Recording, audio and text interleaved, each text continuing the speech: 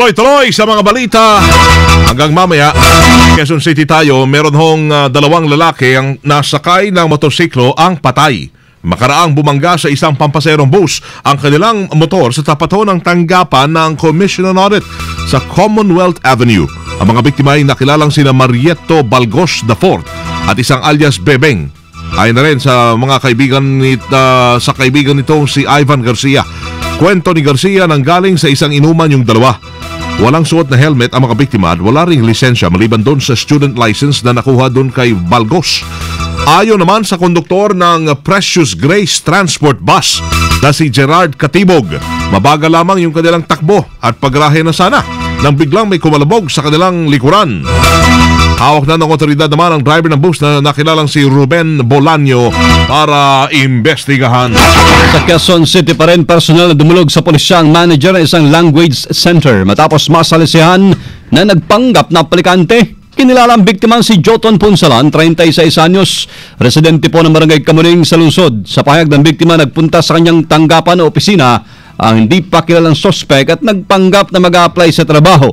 Nang makalingat at pag-alis ng sospek, laking gulat na lamang ni Punsalan, nawawala na ang kanyang laptop na nagkakalaga raw ng 40,000 pesos. Wala pong iniwang resume o anong identification card pa ang sospek kung kahit hindi ito nakilala. 2,000 profesional pinadalhan ng sulat ng BIR. Kasama natin sa balita may report si Silvestre Labay. Rambo, iradyo mo.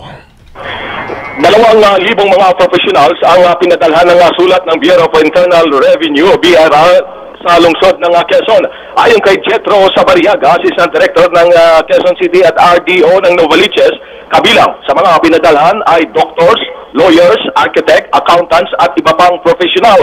Kailangan naman kasing himukin ang mga nabanggit na professional dahil sa marami sa kanila ang hindi nagbabayad ng tamang buwis.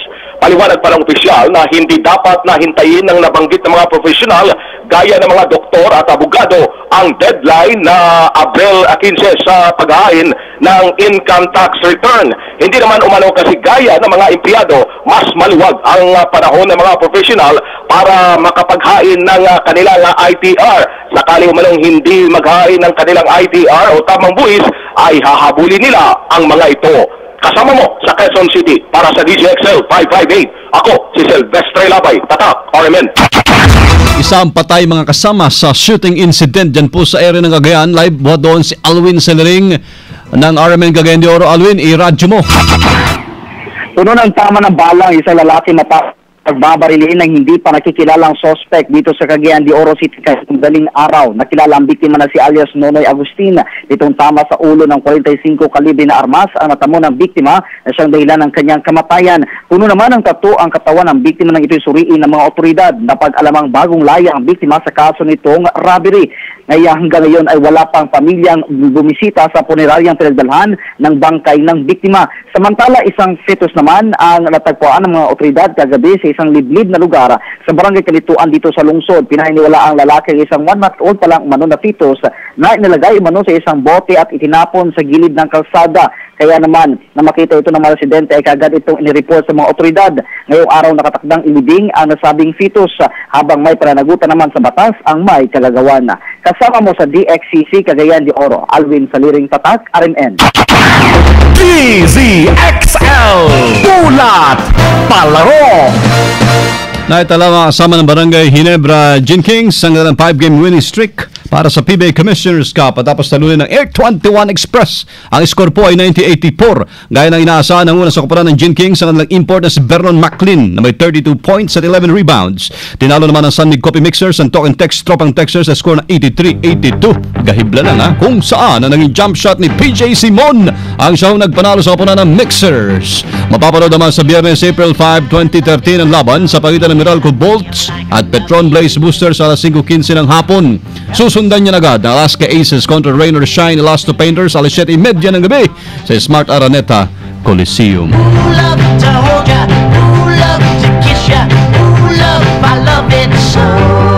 DZXL Showbiz Balita. Balita.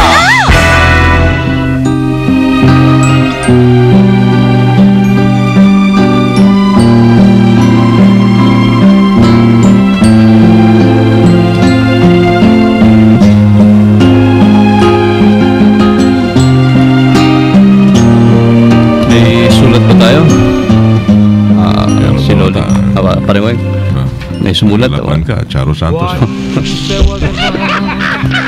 Dear Lolly, Ayun! Sabi ko nais ko sanang kausapin si Sunshine. Dahil gusto Dison, kong linawin sa kanya na wala kaming relasyon ni Budoy. Budoy ba yun?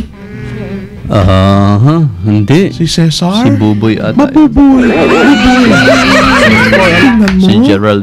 Tingnan mo, Loli, kahit pangalan niya, hindi ko nga kilala. Wala kaming naging relasyon ni Buboy. Hindi rin totoo na binibigyan ako ni Buboy ng regalo. Oh. Alam t-shirt? Ganun? Wala. Walang t-shirt? Ako? Meron. Suot ko yun, Loli. May pang summer wear ako. Pang evening wear. Kompleto. Pero hindi galing kay Bubo yun, no. Naging maayos naman yung aming samahan ni Buboy nung gumawa kami ng pelikula. Yun. Oo. Gusto ko sanang iparating lang kay Shine na sana'y magkaayos na sila at sana'y magkabalikan silang mag-asawa. Sinong letter sender ba yan? Ako po si Krista na naman. Krista Miller. Yan ang aking natanggap na sulat mula kay Krista. It's me, your Ate Lolly. Wow. Bagong career. Level up, Lolly, ha? Marami na susulat nito sa'yo. Sabi, iba na naman ang style. Iba na naman style. Kasama ko. Wala, umalis lang, oh. Wala na. Dinig pa, no? Hindi gasgas, hindi umatras, medyo madulas. Ito ang balitang panghimagas. Magas beauty muna tayo. May liham din ba to? Wala. Wala kang Magandang umaga mga kasama. Ciao, Shanghao. Para naman po sa aking panghimagas. Alam nyo ba, ang aking panghimagas ay galing pa sa China. Uy, kada ko, galing sa... Saan? Ang tawag dyan sa model ng cellphone. Mahilig talaga sa abroad to. Kahapon, local kami. Oo. Diyan lang, talaga? sa C5 ang kwento di ba? Ang hold-upper na walang nakuha, nagalit. Ngayon, China Ngayon, tayo. China tayo. Alam nyo ba na si Zheng Xia, 22 years old, ay nagsagawa ng funeral event para sa kanyang sarili. Maniwala man kayo o hindi, ay malaki rin ang tuwa niya nang nangyari ito. Nag-practice siya. Oo, siya pa mismo ang naghanda ng naturang event. Nag-hire siya ng mga grupo ng tao na iiyak o yung tinatawag nating crying ladies. Mayroon ding mga photographers at mga bulaklak at syempre hindi mawawala ang libingan niya at na kung saan siya ay nakahiga. Nagpa-makeup rin siya na parang magbuka siyang patay. Oh. In fairness sa kanyang pamilya ay talagang sinuportahan nila ito sa pagdalo sa kanyang funeral. Matapos ang event ay tumayo ito sa kanyang libingan at nagbigay ng kanyang sariling eulogy. Ba, siya mismo nagsalita. Oo. Bumangon ng patay. Bumangon, tapos nagbigay ng eulogy sa kanyang sarili. Ayon kasi sa kanya, ginawa niya ito dahil nakikita bakit ka niya ang mga tao ay nagugugol ng malaking effort para sa mga patay na kanilang minamahal. At ito'y gusto rin niyang maranasan. Di ba tayo Kulang madalas... siya sa pansin. Oo.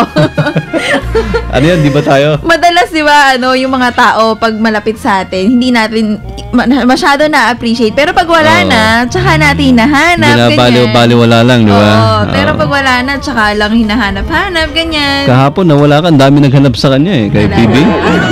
May isang hindi mapalagay, Ano kayo nangyari? Kaya, nagalala. Ay, graduation ng sister ko kahapon. Congratulations. Congratulations. College? Yes, college. At yan po ang balitang Para kay panghimagas. itong kanta para kay Real Besa. Paborito mo to, di ba? Matt Monroe. Hindi yung kanta, pero yung singer. Oh, may papa. May papa ka na ba? Meron akong papa. Okay.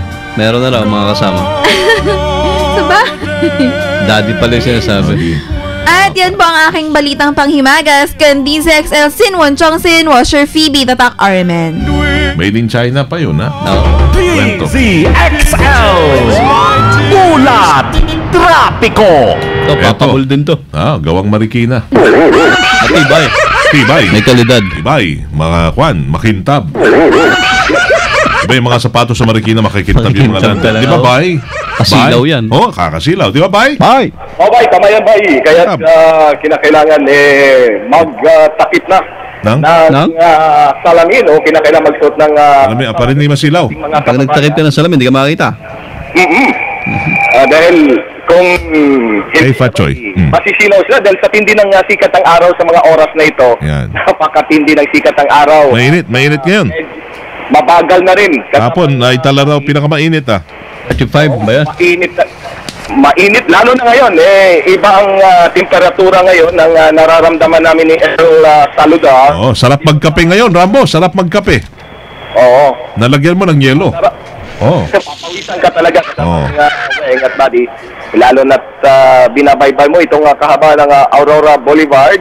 Patungo sa bahagi ng Cubao ay banayad hanggang mabagal ang usad ng mga sasakyan.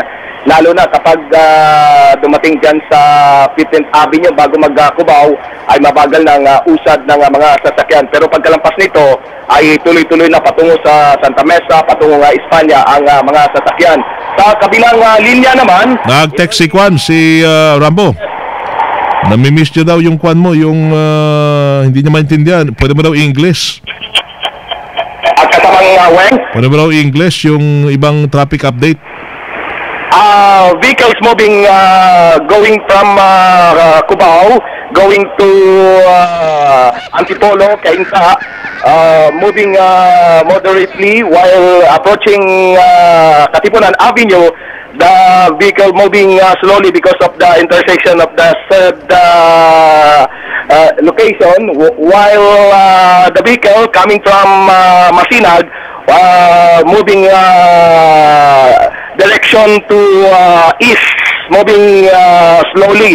At approaching the Cubao, vehicles slowly moving because of volume of the jeep as of now.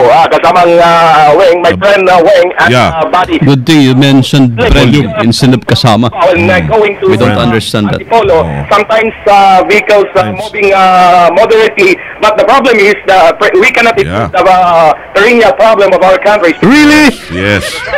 Because of the vehicles and some of the vehicles cannot follow the rules and regulations of the country. That's not a problem. That's why the moving of vehicles now is very slowly. Really? Well, what is today? Is it American-Philippine Friendship Day?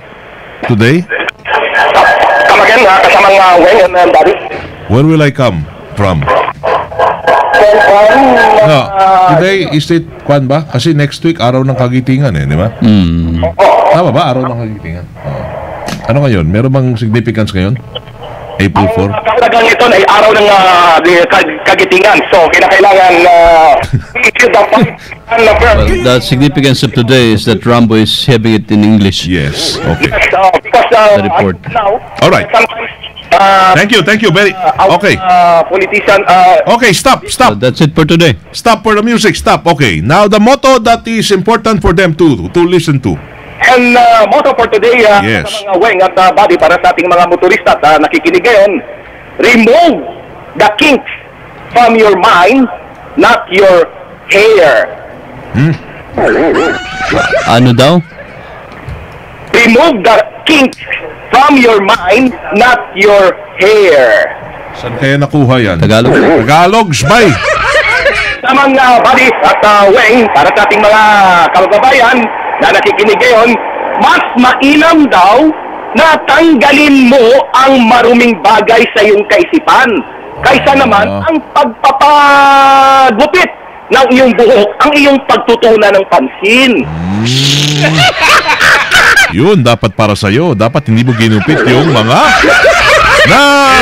yung mga picture dyan. Thank you, bye! Mga Weng at Buddy, kasama mo sa kahabaan ng Aurora Boulevard, Silvestre Laboy, Tata, Arben. Salamat, bye. Salamat kaayo. Dire-diretso mga naglalagablab na mga balitang tatak Armen ang inyong napakinggan dito lamang sa DZXL 558. Ngayon pong umaga ng Huwebes, Abril 4, 2013. Kasama nyo sa serbisyo publiko. From the city of Samuel, Celes Primo Armando Weng de la Peña. From the province of Occidental Mindoro, mabuhay. Ako po si Buddy Obera. Kami ho ay Tatak RMN. Naglalagablab na mga balita. Sumayin niyo ang 15 minutong kalipunan ng mga pinakahuling kaganapan sa Kalakang, Maynila, sa ating bansa at saan mang dako ng mundo. Naglalagablab!